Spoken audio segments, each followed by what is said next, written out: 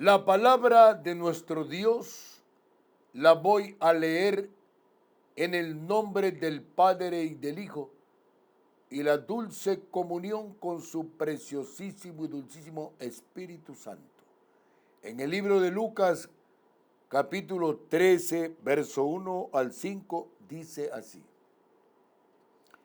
En este mismo tiempo estaban allí algunos que le contaban acerca de los galileos, cuya sangre Pilato había mezclado con los sacrificios de ellos. Respondiendo Jesús les dijo: ¿pensáis que estos galileos, porque padecieron tales cosas, eran más pecadores que todos los galileos? Os digo no. Antes, si no os arrepentís, todos pereceréis igualmente. O aquellos 18 sobre los cuales cayó la torre en Siloé y los mató, ¿pensáis que eran más culpables que todos los hombres que habitan en Jerusalén? Os digo no. Antes, si no os arrepentís, todos pereceréis igualmente. El mensaje de esta mañana es: los hombres no deben juzgar, sino arrepentirse. Este es un llamado muy señalado que el Señor Jesucristo nos hace a todos los habitantes en este planeta. El capítulo 12 de este libro precioso, el Evangelio del Dr. Lucas, concluía con el fracaso de la nación judía, que no discernía el tiempo en que vivían, y con la advertencia del Señor Jesucristo a arrepentirse con presteza o a perecer eternamente. El capítulo 13 prosigue este tema general y se dirige mayormente a Israel como nación. Y el Señor lo toma a Israel como el ejemplo para todas las naciones. Dice la Biblia que el juicio del Señor comienza por su casa. Y la casa del Señor a la cual él se refería en ese momento era la nación de Israel, porque el Señor Jesucristo era judío. Él nació en Belén de Judá. Por esa razón, aunque los principios sean de aplicación a las personas individuales, dos calamidades nacionales constituyen la base de la conversación resultante. Aquí estaba haciendo un llamado al Señor al arrepentimiento, es decir, los que estaban allí y contaban el tema de lo que habían sucedido a estos galileos, estaban metafóricamente hablando, juzgando la parte, solamente la parte, pero el Señor le decía que había que ver la parte por el todo. En la primera observamos, en lo que hablan ellos de los galileos cuya sangre Pilato había mezclado con los sacrificios de ellos. En esta primera observación, la matanza de algunos galileos que habían acudido a Jerusalén para adorar, Pilato, el gobernador de Judea, había ordenado que fuesen muertos mientras ofrecían sacrificios. Vea usted cómo la política de un imperio o de un estado se lo mezcla con los principios y doctrinas religiosos. Un gobernador romano como Pilato manda a matar a algunos galileos que ofrecían sacrificio de acuerdo a la práctica de su fe. No se sabe más acerca de esta atrocidad. Suponemos que las víctimas eran judíos procedentes de Galilea, como el texto nos lo está ilustrando. Los judíos de Jerusalén pueden haber estado bajo el engaño de que esos galileos habían cometido terribles pecados y que la muerte de los mismos era evidencia del desagrado de Dios. Sin embargo, estando ahí presente el Señor Jesucristo, escuchando la conversación, el Señor corrigió esa impresión, advirtiéndole al pueblo judío que si no se arrepentían, perecerían igualmente. Es muchas veces ordinario escuchar cuando alguien comete una falta, un delito, un pecado, una transgresión, que la gente dice, dale cadena perpetua, dale la pena de muerte, que Dios tenga clemencia de ese hombre no tiene perdón de Dios. ¿Y cómo sabe usted? ¿Cómo conoce usted? Nosotros tenemos que arrepentirnos primeramente nosotros. El Señor dice por el proverbista Salomón, ¿quién podrá decir, yo he limpiado mi corazón, limpio estoy de mi pecado? ¿Quién? El Señor lo emplaza, los pone a todos adelante, así como los puso delante de la mujer que le encontraron, según los fariseos, en adulterio. Allí lo habían encontrado esa mujer y decían que de acuerdo a la ley de Moisés, ella tenía que morir apedreada. Pero en el adulterio juegan dos, pues. ¿Dónde estaba el hombre? Solo la mujer. Ella adulteraba con el aire, adulteraba con el agua. ¡Qué fariseísmo! Eso es lo que el Señor repudia. Eso es lo que el Señor rechaza. Y entonces por eso es que el primer mensaje del Señor Jesucristo, conforme enseña el Evangelio de Mateo, el primer mensaje que dio el Señor al pueblo que le escuchaba, comenzó por su tierra, por Belén. El Señor habla a estas personas y le dice, arrepentíos de vuestros pecados, porque el reino de los cielos se ha acercado a vosotros. Oiga, esa cabeza era un remolino, como el reino de los cielos. ¿Y dónde está el reino? Porque la carne quiere ver para poder conceptuar, para poder discernir, para poder entender. La otra tragedia tenía que ver con el derrumbamiento de una torre en Siloé que causó la muerte de 18 personas. Muchas veces hay acontecimientos en los cuales pierden la vida algunas personas y nosotros somos prontos y rápidos. Eso le pasó por hacer tal cosa. Eso le pasó por lo otro. No juzguemos. Discernamos. Entendamos. Pidamos reparación espiritual al Señor Jesucristo para que por su precioso Espíritu Santo nos dé una convicción de juzgar con justo juicio, el juicio que le agrada al Señor. Acerca de estos que les cayó la torre allá en Siloé y murieron 18 hombres, nada más acerca de este accidente se conoce, excepto lo que se registra aquí en este pasaje.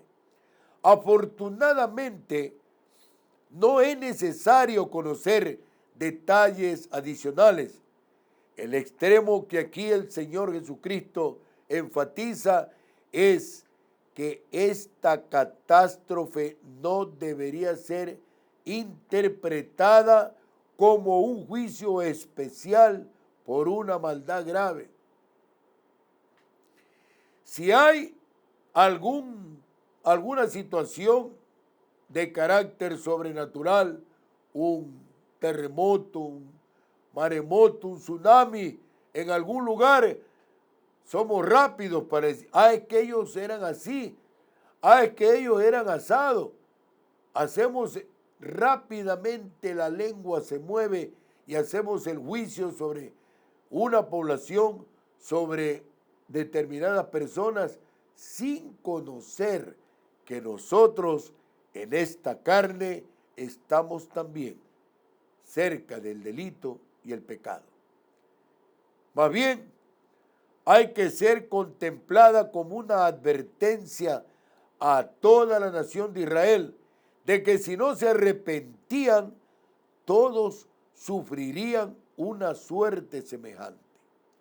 Esta sentencia de la cual el Señor nos está ilustrando acerca de los 18 que les cayó la torre en Siloé, se cumplió en el año 70 después de Cristo, cuando Tito invadió Jerusalén. El arrepentimiento significa sencillamente un cambio de mente. El arrepentimiento no quiere sacrificio. El arrepentimiento no quiere que el Señor nos vea a nosotros que entramos de rodillas a la iglesia y que chorrea sangre en nuestras rodillas, no. El arrepentimiento es en las fibras de nuestros corazones, en las aurículas y ventrículos, en el miocardio, endocardio, pericardio, allí, en el corazón. Significa un cambio de mente, conduciendo a un cambio de corazón y de propósito. Ya no somos lo que fuimos, ya no estamos donde estábamos, ya no participamos de lo que participábamos. Es decir, tiene que marcarse la diferencia para que podamos ser testimonio del Señor Jesucristo, aun cuando el dedo acusador esté sobre nosotros. Porque así dice la Biblia, que cuando estuvo Juan en la visión, en Apocalipsis, nos enseña que cuando estaba en la visión, Juan pudo ver cómo Satanás estaba acusándonos con su dedo acusador allá en la presencia del Señor, acusándonos de todo lo que hablamos, de cómo caminamos, de cómo conversamos, de cómo predicamos. Todo él acusando. Todo el que acusa tiene el espíritu del anticristo, no es de Dios. Ese cambio de mente, ese cambio de corazón, solo lo produce el Señor Jesucristo. Solo lo produce nuestro Padre Celestial. Por eso es que el Señor aloja en nuestras mentes, espíritus, almas y corazones lo que nos dice por su palabra: yo, Jehová, le seré por Dios, y mi siervo David, príncipe en medio de ellos. Yo, Jehová, he hablado.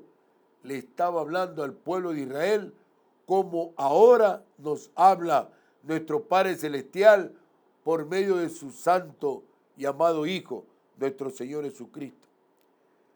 Este cambio, este arrepentimiento, para no juzgar, para no acusar, fue la gran verdad que descubrió Lutero y de la que vino la Reforma. Significa un cambio de mente acerca de mí mismo, acerca del yo, acerca del fuero interno, acerca de mi estado espiritual y del objeto verdadero de la vida. Tengo que examinarme yo para poder hablar de otro. Tengo que escudriñar mi corazón y pedir al Espíritu Santo que pese mi corazón a ver si en verdad estoy recto delante de mi Padre Celestial. Cogemos el Facebook y disparamos y esas balas retornan a nosotros como un boomerang. Hablemos palabra de Dios. Escribamos palabra de Dios, no copiado. Seamos auténticos, seamos originales. Y eso le va a agradar a nuestro Padre Celestial. Dejemos que el Espíritu Santo precioso de nuestro Dios fluya con poder y unción de gloria. Podemos descubrir que en lugar de estar totalmente en lo cierto, estoy del todo errado. Esto nos llevará con toda certeza a un gran dolor. Y si mis ojos no lloran, mi corazón sí lo hará. Nos va a doler.